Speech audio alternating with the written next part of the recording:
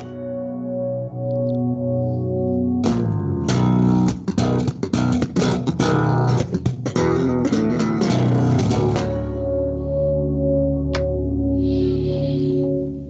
everybody, welcome to What Drives Us, episode 349 for January 15th, 2020. My name is Russell Frost. I am your host this week for our journey, our weekly journey into advanced tech mobility and sustainable energy. And I want to just point out, I don't know if I should do it this week or next week, but I'm going to do it this week. In 5 days, this show celebrates its 10th anniversary. Whoa! Not only is next week our 350th show, but 10 years, and it's all because of you, each one of you out there, you. Yeah, well, and our 1,200 subscribers. Thank you very much. Thank you, thank you, all of you. That's why we're here. So thank you for that. Thank you for 10 years, and I want to thank everybody on this panel, and of course everybody who's ever been on the show. My erstwhile co-host Danny Cooper, who has been missing in action for several years now. We expect he'll come back someday soon. Maybe for an anniversary show. Yeah, probably. Hey. Not. We should change his name to DB Cooper because he was never found. Where are you? But seriously, I mean, Tony's been here since show number 1. And everybody else, it doesn't matter how long you've been here. All these other faces you see on this screen here contribute to this show every week. And I cannot thank them enough for their time and their effort and their brilliant commentary, except when they disagree with me. Then it's a little less than brilliant. Then we're right. Yes. You had to bring that up, didn't you? What's Tesla at today, Patrick? Oh, yeah. Definitely doing good. 530? It's crazy. Yeah. Has it crossed 500? Yeah, it's over. Yeah. Today. Yeah. That a should month ago, was it 400? 6 months ago at 300? And yeah, it's had a great ride. Elon's about to vest and be an even bigger billionaire. What is it, 650? And he makes bank? Yeah, pretty much. Yeah, that's why. There's a lot of restrictions on that, but still, yeah. Still, it's a first world problem. Yeah. It's a personal problem. He has to hold the stock for 5 years, and there's other restrictions. But yeah, he's definitely happy. I'm sure that's why he's doing the happy dance. Yeah, exactly. Now he can afford to have a kid. So. Unfortunately, this week we're on a tight time schedule. We've got a big, huge crew, so let me introduce everybody, and then we will get this show on the road. First, and foremost, my co-host, my wingman on this show, our friend from lovely Illinois, Mr. Tony Schaefer. So shout out again to everyone who's helped make this show 10 years running. And one thing that Russell forgot to point out is there are 2 men who have had appearances or presence on every single show. Yes, that's true. And, Russell is one of them. The other is Michael Mannering, who does our amazing theme music. Also, shout out to Pipeworks Brewing. I have Pipeworks Brewing. And you see a little goat boy on the front. Now, you would think that, oh, that's kind of cute. And you would like, well, maybe that's satanic or something. And you're like, no, that's just a cute little goat butler serving you a beer.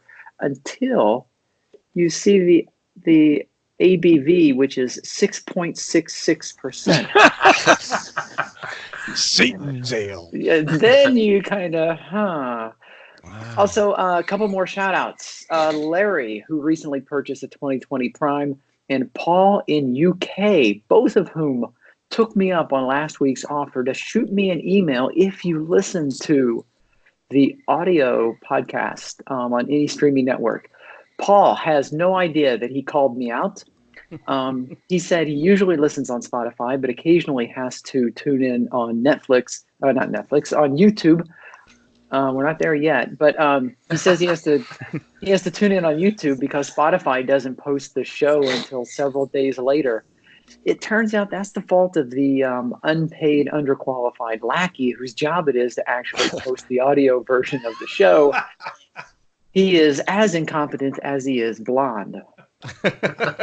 Wow. So I will Yes, it is a Bostonian. I will work much harder to make sure that the audio version has a quicker turnaround. Because honestly, sometimes I'll go to post this week's show, and I'll find that I didn't post last week's show, and I'm like, ah, shit. But Yeah. okay. If you were Tony, getting we're gonna paid, cut you'd be your pay. fired. Yeah, I know. Yeah. And let's see, a longtime panelist who we don't see often enough. You may know him as the president of Canada. I know him as my friend John B. Hey everyone, glad to be on the show. Again, I'll try to make it as often as I can. Always glad to be here. Always nice to see new faces, old faces, and old faces. I'm looking at you, Russell. I'm just kidding. What the fuck? What? Why did I get the old jab right away? John, your connection's bad. Don't. Yeah. Okay. Anyway, glad to be on this week's show. Glad Thanks, to have Russell. you, of course. Of course. Our friend, speaking of Canada, our friend in Canada who is not president, nonetheless, he waves the baton at the Waterloo Region Electric Vehicle Association. That's REVA, if you play the Silent W game. Mr. Mark Coughlin. Hello, everyone. Welcome to the show. And just a congratulations to Russell for being the only person that's been on this every single show of What Drives Us in its entire history. Good job, Russell. Thank you. Yeah. If I wasn't so egocentric, I would also tell the staff that basically it can't happen without me. So We were going if to I'm leave not that here, part we out, just- Russell. Yeah, we just don't have a show. Now, at some point, Tony will get the keys to the store, and then I'll be taking time off like a mofo. Our friend in the Pacific Northwest, he's got a whole bunch of electric cars, and he has maybe one of the best backdrops of panelists on the show, Mr. Patrick Connor. Hello, and as Russell hinted, I'm also a Tesla shareholder, and that's been a fun ride. That's a great time. Yeah, I bought when they IPO'd, and I've been holding onto those shares ever since. Maybe one day I'll sell. Who knows? But maybe not. Maybe it'll just go up. It'll go down. Who knows? And anybody who says they know, they're lying. So don't listen to them. And Russell, I want to point out that he was horribly sick in bed, still had an iPad or something connected, and we did the show with him lying in bed. So that's how dedicated he's been. And just off screen was a bucket, I'm sure. I'm not sure if Actually, it it was actually right below me. And I remember catching some hell from somebody because I had my daughter's pink comforter wrapped around me. So whatever helps. Thanks for that memory, Patrick. That was good. Let's see. Our friend on the Front Range in Boulder, Colorado. He is the owner and founder and operator of Boulder Hybrids, our technical expert and all-around great guy, Mr. Paul Guzik. Glad to be back, and let's get to the show. Absolutely. And last and not least, a man with the second best background of panelists here, our friend in the Mid-Atlantic region who has upped his lighting game this week, I note, Mr. Casey Green. Hello, everybody. Yes, upgraded the lighting. I've got a colored light somewhere that I can like change colors and stuff. I gotta find out what box it's in and unpack it. Don't go crazy. See, John and I are the minimalists on the panel tonight. And and Paul is nicely blurred his back. Like my messy office. How do we know it's not a green screen? Exactly. How Because do when he we? drinks, it changes shape. Well, our first story of the night is not a rant, but it is a news story that has been that comes again. We've talked about this over the years, but in light, Bloomberg ran a story in light of two Tesla crashes that happened recently, two fatality crashes, about who owns the data that your car collects, your black box, as it were. And most cars have them these days. Some collect more data than others. But there's one thing that they all have in common, and that's that the car companies aren't really hip to sharing that data with police, traffic investigators, attorneys, car owners. So I guess the way I'm going to lay this out is, I don't want to just pick on Tesla because I get to do that enough. Tesla refused to turn over data in these two fatal crashes to the authorities investigating the crashes. So who is it that owns this data? It's your car. You paid for it, or you're leasing it. Either way, you're technically the owner operator. Who owns that data? Who should own that data? What's it say in the user agreement? I believe the user agreement says that they can collect all this data and turn it over to the third-party authorities, including law enforcement, if deemed necessary, i.e., you're suing them. Yep. Right, but does the user agreement say that they might refuse to turn over the data in the event of an accident? And again, this is not, like Russell said, this is not a Tesla thing. But the article starts with there were a couple Tesla crashes, and the police have been asking them for the black box data.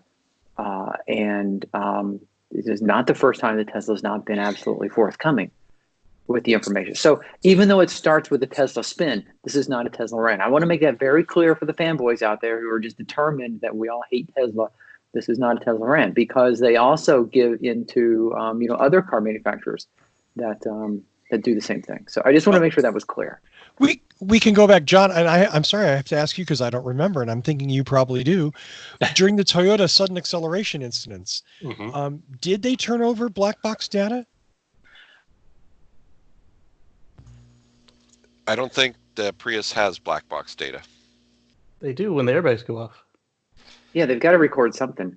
They do when the airbags go off, but that's it. It looks like John's frozen and we lost him. Yeah, and I think I hope he's frozen, because if that's his resting face. I'm sorry.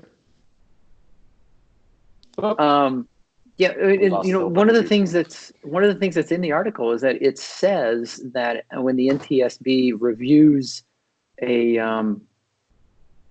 credit, there was something like 7 elements that are required, and in this day and age, that's not enough.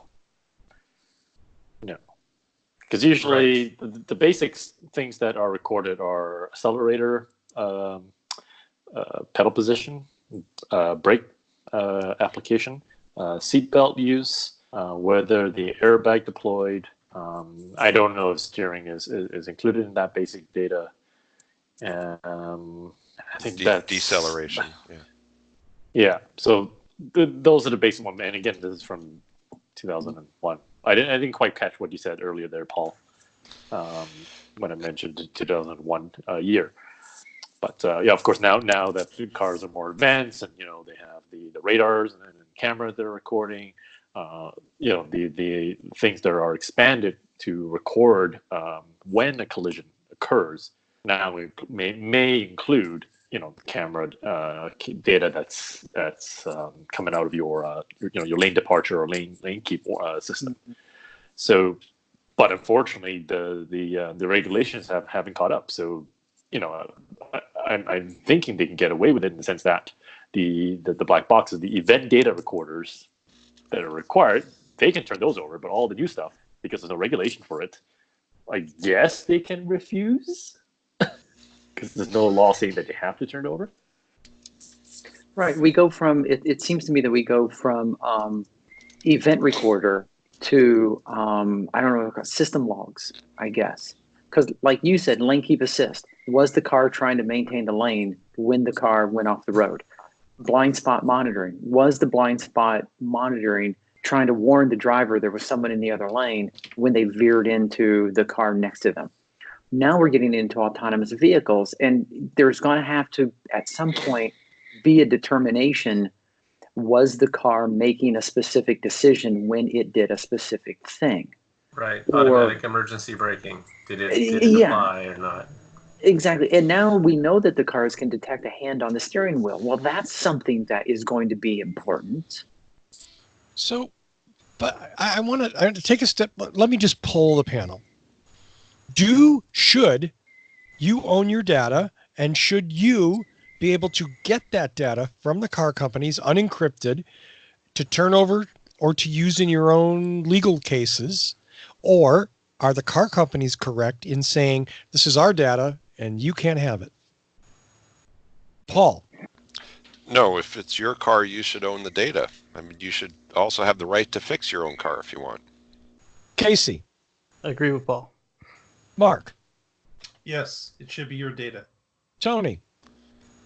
I believe it should be your data. I don't have any use for it on a day-to-day basis, but I should be able to turn it over to the authorities.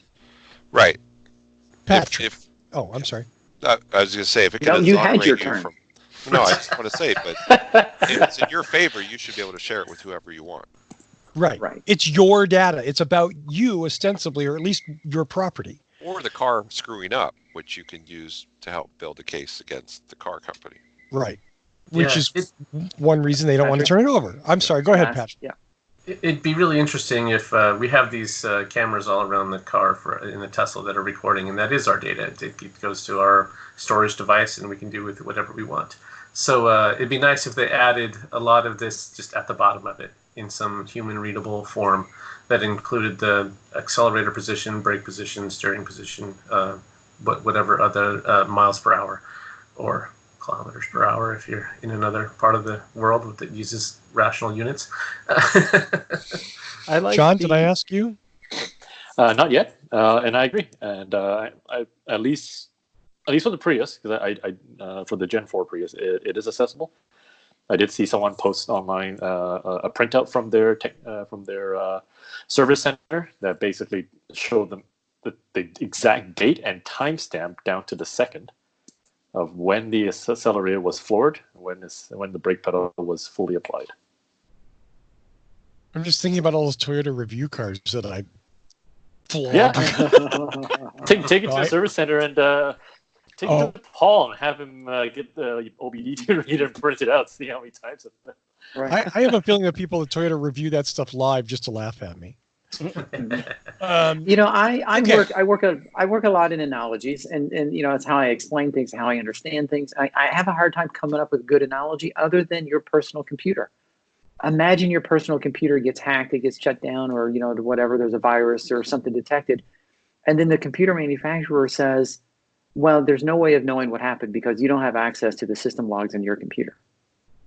I don't know if that's a very valid. I just I'm trying to think of what other comparable situation is there where you have a manufacturer saying you don't own the system logs of the device that John Deere purchased with your money. John Deere tractors, yeah.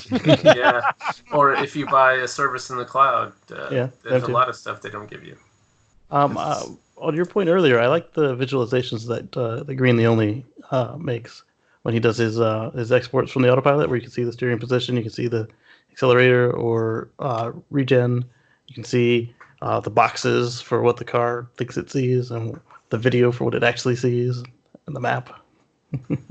Right. So, now, having their bounding boxes and stuff, that could be easily deemed proprietary. So I would agree that belongs to the car manufacturer and not to me. Okay. But the position I put the steering wheel in and I put the accelerator in, that definitely, I think, should be accessible to the user.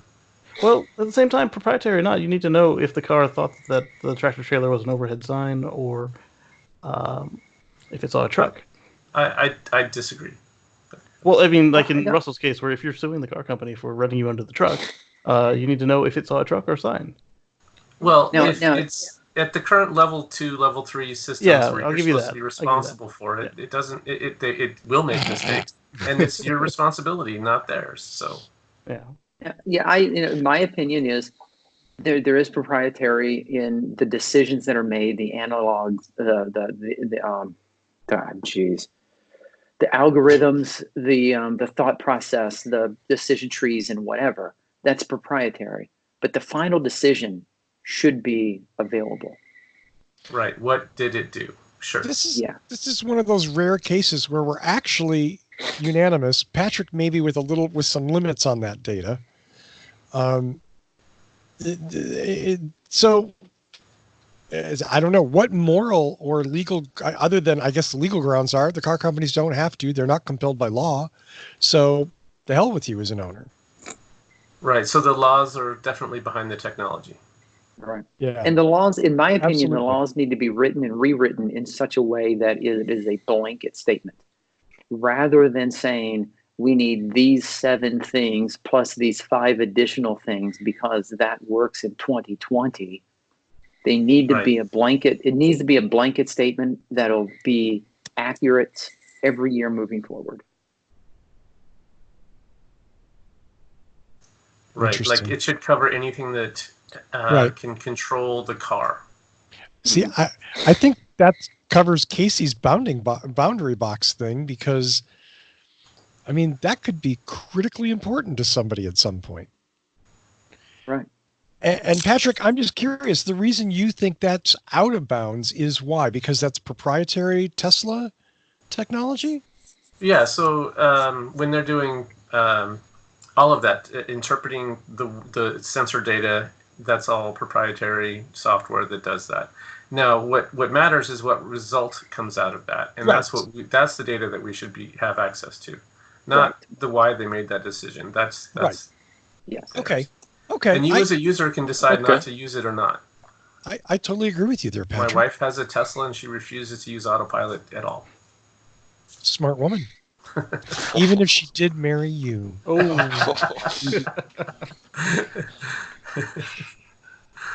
And you wonder why some panelists don't come back. Right? Well, I bought her a Tesla. That explains it. Oh, you're trying to kill her. This is a murder plot that we've uncovered. Honey, use autopilot. It's okay. It's a long game. I see a the lot safest car in the world. Here, guy hacks autopilot to kill his wife in the Tesla. Throws her over the ravine. It's an elevator pitch, Paul. You could be rich tomorrow. Yeah. It's a new movie. Right.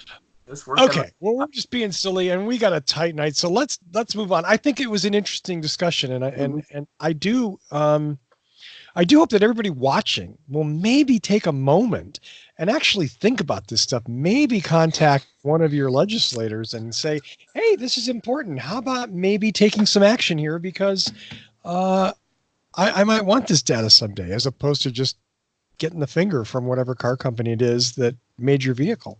Right. Senator like I said, Senator Markey, there's a useful track for you to go on with the autopilot thing. This could also come for a ride with me. Just FUD of, oh my God, these autonomous cars are trying to kill us, and we need the data. Don't do that. No, don't do that. But like I said, I can't think of a reason why I would need my data right now. That doesn't mean I won't need it in the future. And when that situation occurs, saying the law needs to change then is too late. So even if we can't think of a reason, a valid reason today, we still need to push for regulation because someday we just might need it. Well, Tony, I just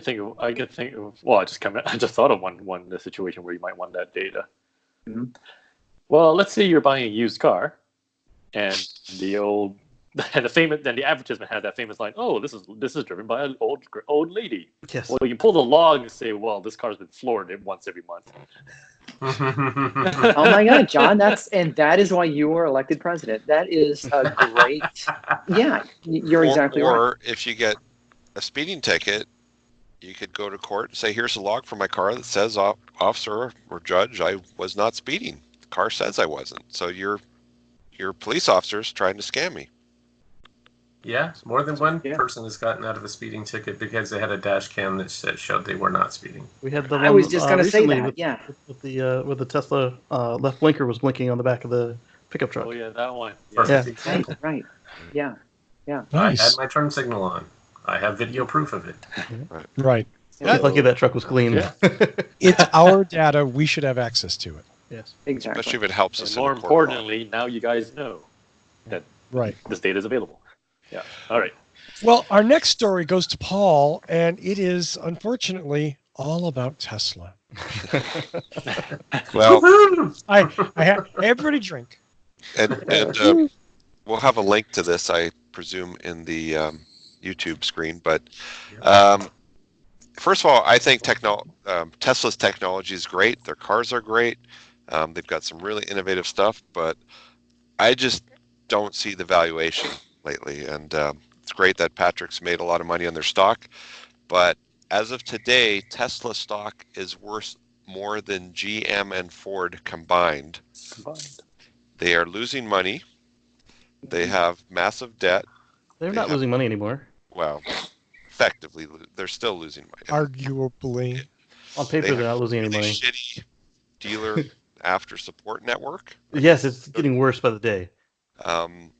I just don't see it being sustainable. And yes, it's great to bet on the future, but every other car company is catching up with EV technology and battery technology. So I see no evidence of that.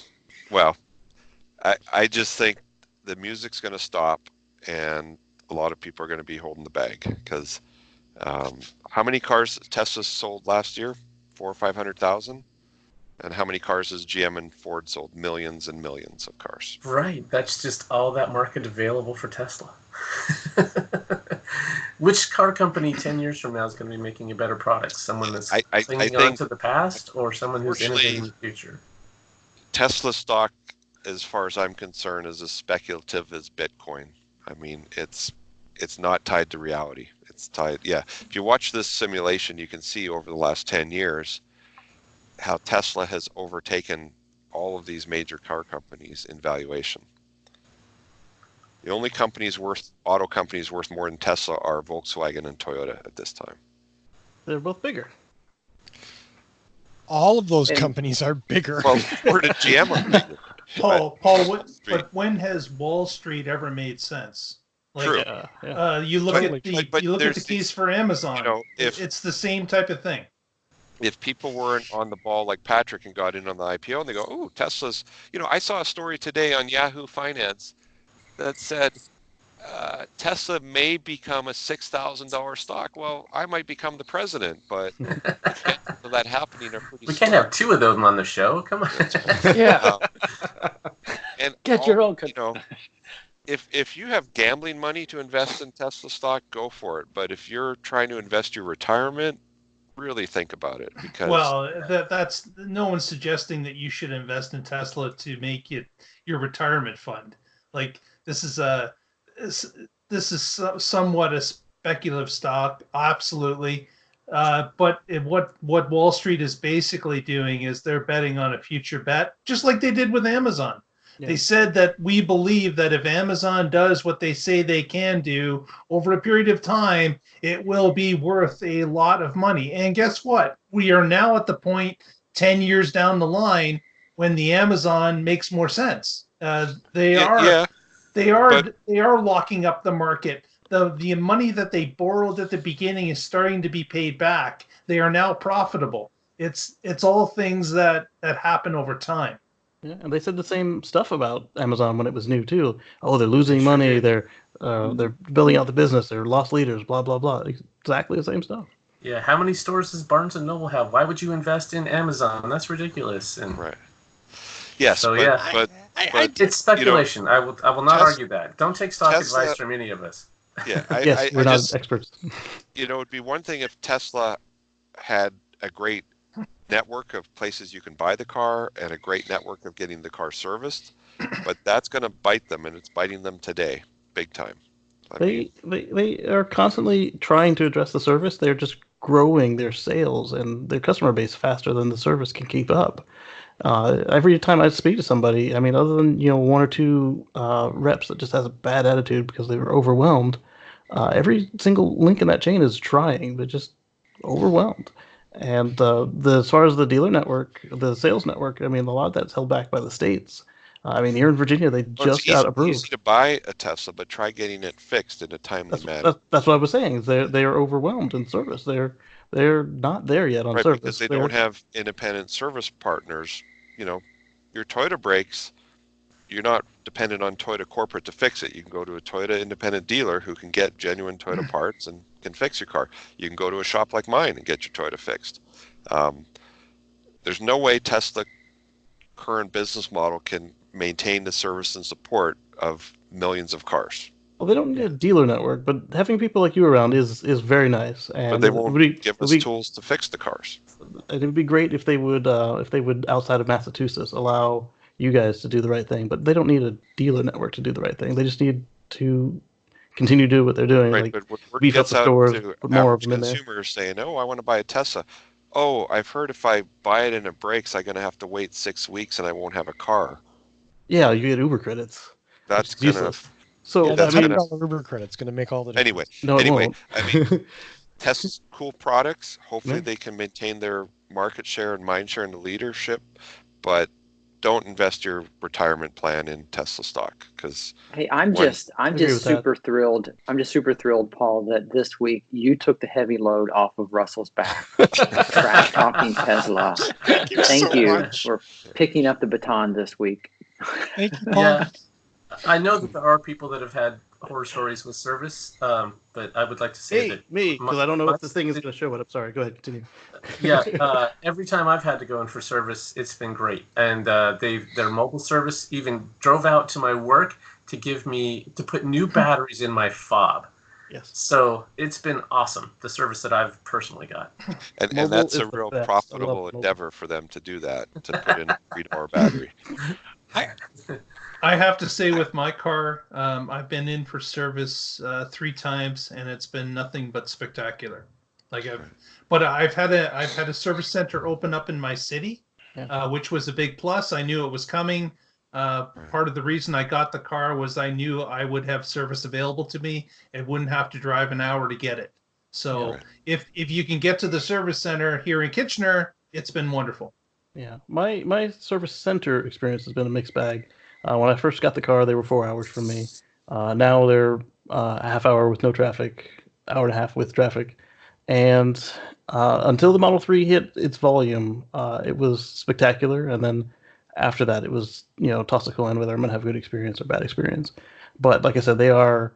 The reason is each of my service centers has been overwhelmed. So, like the one here is actually going to expand into it's going to go from 2 service centers to 4, and hopefully they'll be properly staffed and trained, and so they're not sitting there wondering why people are upset, but it's just that because they are growing so fast that they can't keep up with us.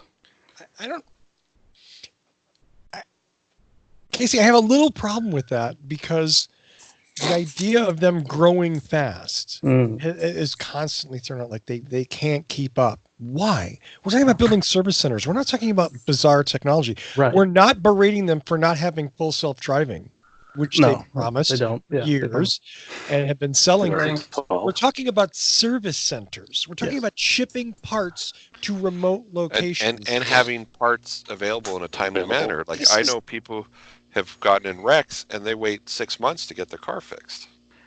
And just to be clear, when Paul says he knows people in these situations, he literally knows people because that's his freaking business. Correct. They brought him a 6-pack when they dropped off their car. Yes. So when my car was in the wreck, everybody's like, "Oh, it's going to be 6 weeks to get your bumper." My bumper was there in 2 business days. I understand that the fenders are harder to come by because most shops don't want to take in a pallet load of fenders, but their own shops must take in a pallet load of fenders. But if I need a fender for a Prius or a Nissan Leaf, I can have it the same day. They're the traditional parts distribution for normal cars is set up for same day or next day delivery on pretty much everything.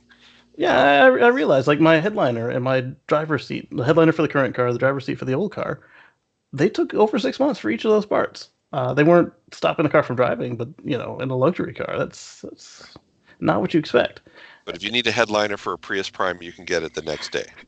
So they've got a long way to go catch up with their service. And the problem is, these are all pretty new cars, and most new cars don't have a lot of issues the first couple of years. But the shit ton of Model 3s they've sold 4 or 5 years from now, when they all start breaking, they better be ramping up today to handle that because it's going to bite them. They don't have a choice. If they fail to expand service, well, they do have service, but if they fail to expand service, this will bite them in the ass in just a few short years, like you're saying.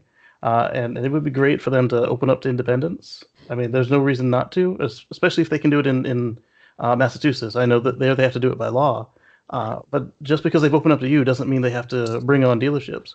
And a lot of it is these freaking states, like in South Carolina. The reason I had to go 4 hours to the service center is they're not allowed to operate service, sales, or anything, and it's insane. Well, speaking of service, Vegas. Nice transition. Awesome. Let's move on. So real quickly, because I don't want to spend a lot of time on this. But of course, as everyone knows, the Boring Company is boring a tunnel. This week, Tesla announced, or the Boring Company announced, that they were halfway complete, and they released some photographs of the tunnel, and it looked exactly like a tunnel. Oh, cool. And that's as helpful as it sounds. My commentary here on this story was going to be, this was before the news came out. They actually had some photographs. They were halfway done. Was that, again, Las Vegas has spent a lot of money on this 0.8 of a mile tunnel. And we're not even really sure how it's all going to operate yet. All we know is that Tesla vehicles are going to shuttle people between 3 stations on an 0.8 of a mile tunnel. And what's the cost per mile to dig this tunnel? Well, it was $50 million. Well, but we don't have to worry about it because they didn't go a full mile, so it was like free, right? Because it's cost per mile. That's why it's 0.8 miles, because they paid $50 million per mile. Yeah, this is, you know what? This is really just a wait and see, as we've said with this. It's going to be interesting to see what Tesla vehicle they make the tunnel adapt. I don't know if any of you, did anybody see the pictures that Tesla, the Boring Company, posted? No. The one that you've got on this article here looks like the people mover in Disney, and I don't see a trash can anywhere. So we know it's not legit. There's no trash can. It was literally an article today, I think. The photographs look exactly like every other Boring Company tunnel. In fact, it could have been Hawthorne for all I know. Also a smaller tunnel.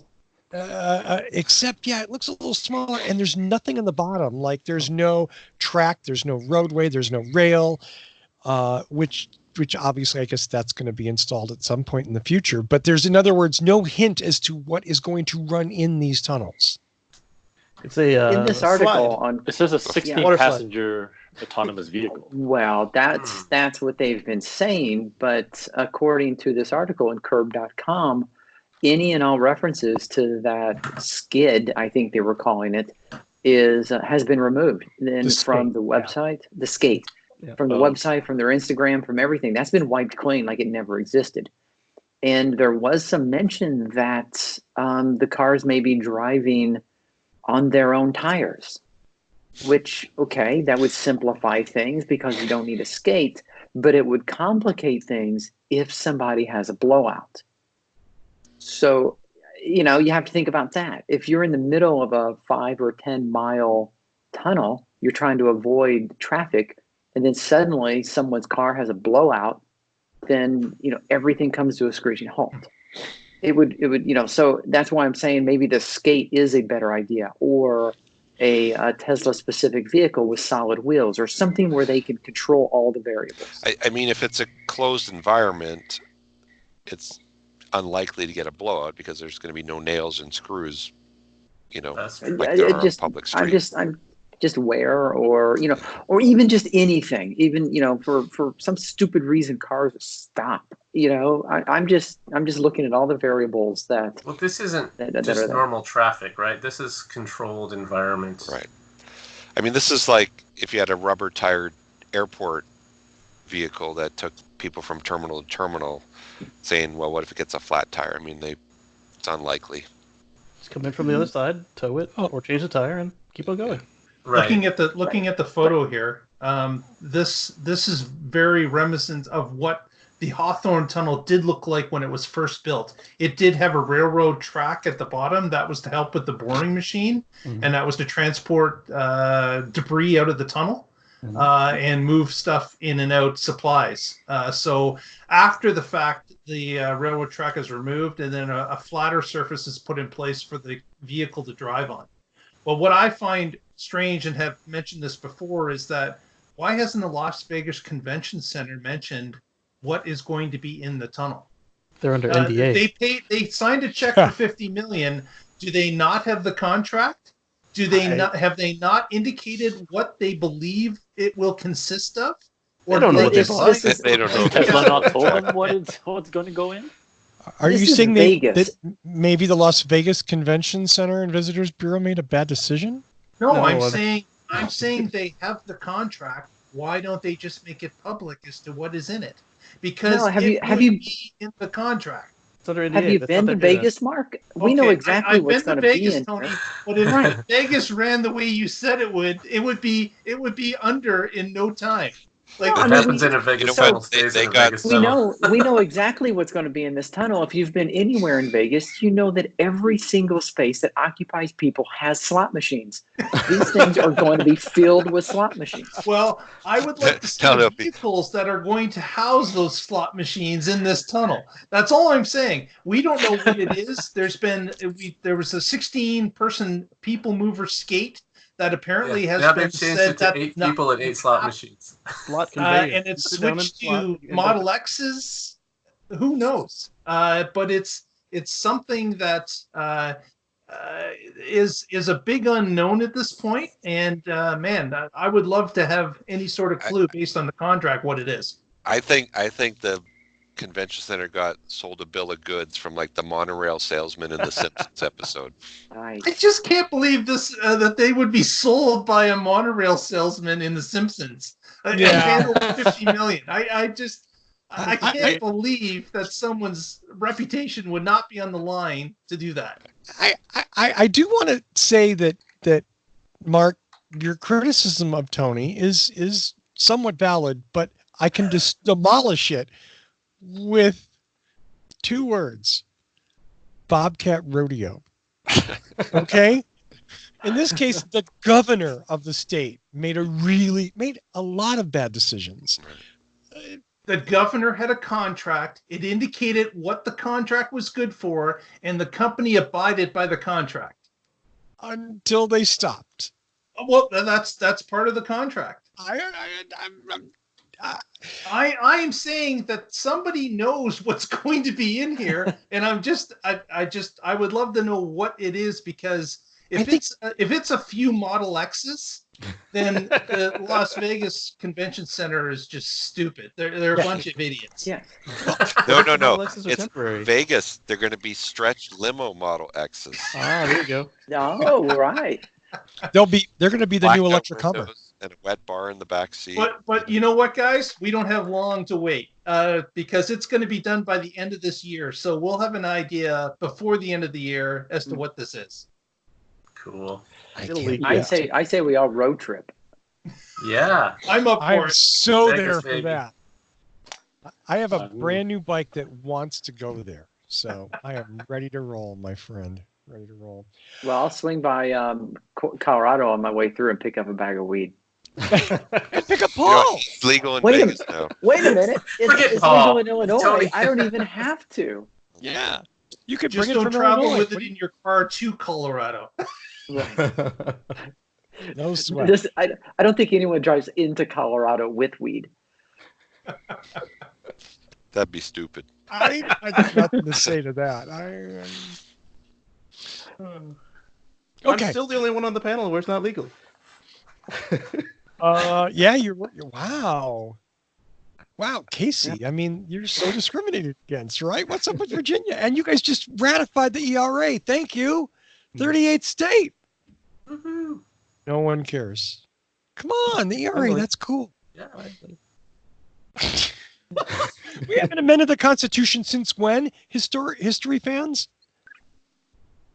John's like, I should know this. No, you're Canadian. You don't give a shit. No. I don't know if that makes you feel any better. I was just trying to see if somebody else would save me. Hey, unfortunately tonight we have to end it here. We have a lot of other good stories that are going to carry over to next week, and an incredible panel that's going to be here, and we'll be 10 years old. The show will be 10 years old, which means that, well, we're still kind of wearing diapers, aren't we? At 10, are you wearing diapers? I'm not good with kids. I don't know. Booster seat.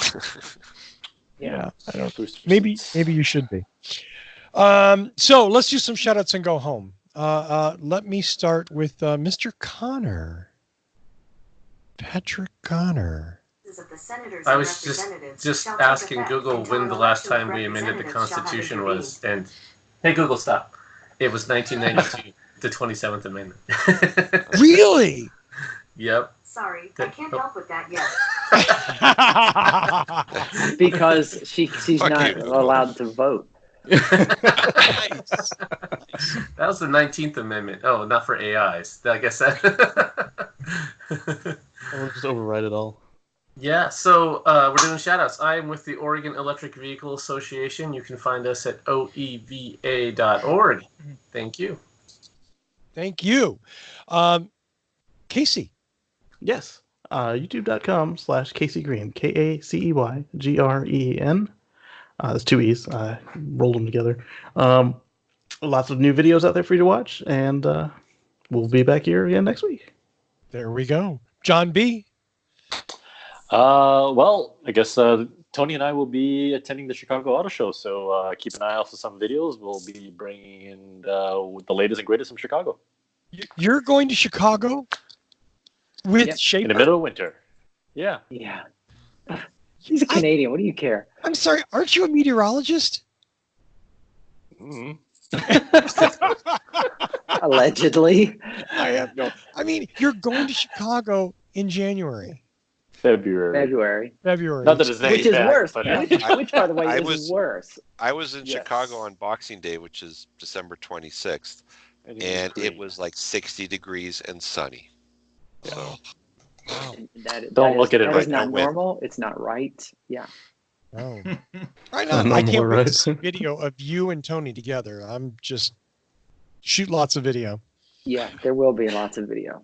There we go. Mr. Guzik. I got nothing. Just if you need your hybrid or EV fixed in Colorado, boulderhc.com. What specials do you have this week? What I got this week? I got a nice Lexus 200H for sale. Ooh. I got a Chevy Bolt Premier. That's I don't know. Got a couple. Check out my Nice. website. That's Got me coming. boulderh.com. Yeah. Right? Right. There you go. boulderh.com or Boulder HC for HC. repairs. Mr. HC Guzik for is- repairs, H for cars. There you go. Mr. Coughlin.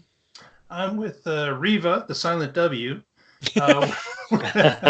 You can find us at wreva.ca or on Twitter at wreva group. And I will not be going to Chicago this year because I was banned for last year. Oh, We are not allowed to talk about ongoing investigations. Not allowed to talk about that. But I will be in Toronto in mid-February to see the International Toronto or the International Canadian Show. There we go. So I see Tony's rotating through Canadians. Yeah. Paul, you're next. Yeah. And they don't come back. it's- I'm not banned from Chicago Yet. Yeah. yet. John, if John, he John. wants you to stand in the Chicago Blackhawks booth, deny his ability. Say no. Just say no. All right. so bad. So bad. I think that's everybody except, of course, Mr. Tony Schaefer. Hey, well, first and foremost, if you want to read the news that we're reading, make sure and check us out online. First of all, make sure you check out our Facebook page, facebook.com/whatdrivesus. Leave us comments, suggest news items, or just like the page, whatever. Obligatory flipboard, commercial, blah, blah, blah. I'm going to repeat what I said last week. If you do listen to the audio version of the show, drop me an email. That's tony@whatdrives.us. There's no .com. It's whatdrives.us. And the reason I'm asking for this is because I don't get analytics from our audio providers. So I really don't know how many people are listening. Right now, I'm at 2. Yeah, just let me know. It's good to know. And like I said, I give a shout out Paul in UK. So it's really cool to know that we have more international listeners. Also, I want to give a shout out to the Montreal Canadiens, who were kind enough to let the Chicago Blackhawks beat them tonight. Thank you very much for that. We appreciate it. We're so giving. Yes. And I'm sure I'm missing things, but we're going to be 10 years old next week. Yay! there you go. Yeah, you Yay, can tell us from turning 10. everyone was so excited when I said Well, Yeah. You can't maintain that level of enthusiasm for an hour. It's just we're men. What can we say? It's too much. Yeah. And on that bombshell. Yeah, there we go. But 2 minutes is all you get, girls. I want to thank Michael Mannering for our theme music. As always, visit him at manthing.com. You can visit us at What Drives Us all over social media, Facebook, Twitter. No one gives a shit about Instagram. So I'm sorry, that's me. I don't give a shit about Instagram. Everybody else loves Instagram. I hate it. Exciting new reviews coming out soon, exciting new events, all sorts of new news. And of course, new episodes of the show every week. I want to thank Paul Guzik, John B., Patrick Connor, Tony Schaefer, Casey Green, and Mark Coughlin. What an amazing panel this week. I wish we had like 2 hours to just like shred issues and get on each other's nerves and argue and stuff. But sadly, real life intervenes. So we're going to keep this one short. Of course, want to thank all of you out there for tuning in, whether you're watching or listening. Download us next week and find out what drives us. Happy birthday to us. Happy birthday to us. I deserve a piece of cake. Oh, wait, I can't have cake. See you next week, everybody. Bye-bye now.